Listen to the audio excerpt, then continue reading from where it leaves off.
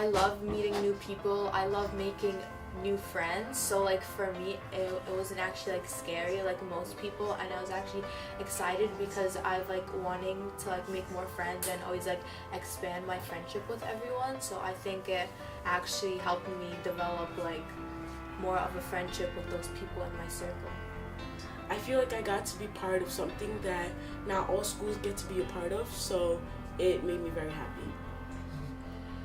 Well, one of our strengths is our uniqueness being a pre-K through 12 program and the continuity of care that students get over those 14 years. But it's also a challenge for kids to be with the same group of people throughout their school career. So I think building relationships that are strong, that are flexible, and that are meaningful in supporting our students is really important. I think breaking down the labels that can evolve over time is important, and looking at them and trying to see that you're more than just one thing that maybe you were known as in 2nd grade or 4th grade or 6th grade, but allowing yourself to be a fuller person, seeing the full identity of To whoever grow and change. Mm-hmm. And forcing them to almost meet new people within the same group of people that they've been with is really important. Because naturally, if they were in a different traditional type of school setting, every few years they would be going to another school and meeting a new group of people. They're not really having that experience here, so we're kind of orchestrating that type of experience for them, which I think is really important, so that they're not missing out on really anything. I think it was really beneficial because usually I just like want to be with my friends, and I don't like to wait, and like I don't have tolerance for a lot of stuff. But when I had to talk to other people that I usually don't talk to, it made me realize like how like it made me have more tolerance and more patience. Right, I think it's really awesome too that we're giving them the tools to be able to participate in these experiences. We're Right. giving them access to have new relationships, maybe form new relationships or different relationships even. So we talk about like, we pretty much try to like socialize and become friends, cause like that's why we're in the groups, and we talk about like different things. Like Miss Sufan will ask us a question, and like we have a talking piece, and we'll share it around and talk about it. The day with John took some planning. It was good that we had a planning meeting with him prior. I found that really beneficial because we kind of set our purpose, and that was very helpful. Like, what was the purpose? And it was as simple as we want kids to be nicer to each other. We want kids to be kind. We want kids to make friends, and we want kids to learn how to be empathetic to one another. And then we kind of thought about how would we group the kids. And we felt like, let's think about where they sit in a common area like the cafeteria, and let's kind of try to separate those groups. So when we were making the groups, it was, okay, let's find kids from all the different subgroups in the cafeteria and make them into one group. So we made about 8 groups. Would you say about 7 kids in each group? For each session. For each session. Or for all who wouldn't normally sit together, who wouldn't conversate together, to kind of get to know each other. And that was the planning. We made name tags for each kid. We put their group number on the name tag. And we distributed those beforehand, and we set up the room, so when they came into the room they had a tag and they just went and found their group.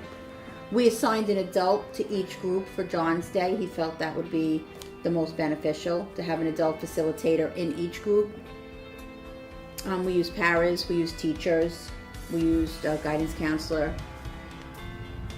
And even as a teacher sitting in one of those groups, I sat with students that I wouldn't normally sit with. I mean, students that I don't have as in my immediate classes, and students that I don't get to necessarily connect with on an everyday basis, and just listening to them speak, I walked away from the conversation learning more about them, and I think we connected in a new way that we previously hadn't. Right. Kids, I think, stick with the same group of kids for years, just Yes. out of comfort. Yes. It's easier. Learning, knowing how to meet new kids, meeting new people, making friends with new people, learning about each other. doesn't come natural, and And we need to it's- facilitate that. Yeah. And while we're facilitating, it's nice to see how they're actually enjoying getting to know each other and different people, and they see how easy it is. We're hoping it sparks them to then be able to do this on their own without us orchestrating it and having a time in their schedule when we're doing it. Like Right. maybe when they're in the cafeteria or on the school bus or in the walking in the hallway. What's our name? Sweet and Sassy 7. Okay. Sassy what? Sweet and Sassy 7. And could you show us your team greeting? Would you mind Yes, showing we us? did. Ready? Ready? Wait, ready?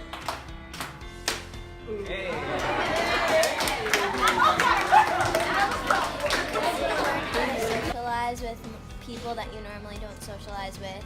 So you can learn how to get along with people and learn about everybody that you might not usually hang out with every day. And you have like friends, like yeah.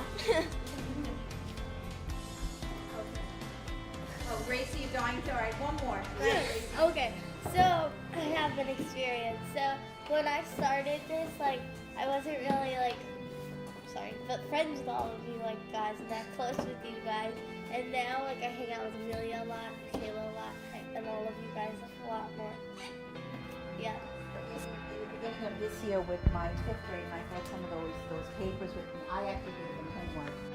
I want you to come back to the group next time with 20 facts about people that you don't know, and it would be extra credit. Yeah. You know, it was funny because they got loose leaf, they gathered, and they went around asking people questions and facts about themselves, other kids. It was very cute. They were very excited. Yeah, But I it's think- like forcing, and hopefully it will become natural. Well, I think that like a lot of them have animals. Like I also have animals, not in America, but in Albania, I actually have a lot of animals. And this girl in her house, she had chickens and like bunnies, and like they grew eggs and stuff. Those student voice circles though really are doing a nice job of breaking down that easy, that Right. easy path or that easy way that we have seen kids take. And they are comfortable to share their differences in the circles. And now we see even over time, they're getting more comfortable celebrating each other's differences. And that's, one step closer to the release where they do it outside the circles, like you were saying, maybe at lunch, maybe in the hallways, where they're open to celebrating these differences and finding new and different relationships and different people. Well, when I walked in, I was like, wow, these are the people I'm going to be with. I was kind of surprised because, like, some of them I talked to a lot, and some of them I wasn't really, I didn't engage with during school. So I was like, I wanted to know a little bit about them. So now ever since the circle, I think of them, like, as my friends. And I now have a stronger bond with them. Now I know like what they're going through. So now I try to like be nice with them and try to make their life easier. Because when in those circles we learn things that like what they're going through, like what's hard. So now I show them more respect. In the beginning of the workshop that you guys visited, when we talked about what we do when we get home from school each day. Yeah. I mean, how many girls were in the room? 60 girls. Right. Most of us said the same thing. Yeah. Right? Hungry. Most of us. Hungry, get on the Tired. couch, change clothes. It was funny to see they all had that in common and connected on that. I like that piece. So now I have another fun one for you. Caitlin, you ready? Okay. You ready? All right. So is everybody listening? Miss Kachese, what is the first thing you do when you get home from school? First thing I do when I get home from school, weather permitting, is go outside. Because I've been inside all day, I want some fresh air, I'm hoping for some sunlight. Okay, so we basically said we go pet our pets, and then we eat food, and then we go lay on the couch and take a nap. Okay. Because we had a long day. The last group. John really gave us so many more tools for the toolkit. Yeah. Like we were really looking for the tools, and now he gave us enough so that we could really hit upon, hundreds of kids, not just 50 kids in a grade, the whole grade, multiple grades. having the staff experience, John, I think was a really critical component to this. And for the staff to look inward at themselves and to look at their relationships with each other and their perceptions and relationships with kids. And I think once we experienced that together as an adult group, we realized the importance of bringing John in and having John have direct contact with our kids as well. Yeah. Yeah, I think being able to learn more about the people you work with every day that you don't always see it in, through your busy conversations, or you're running from this class to that class, you don't really get to know people on that level. But building the teacher-to-teacher relationships then allows for stronger teacher-to-student relationships, because now you have a better sense of one another.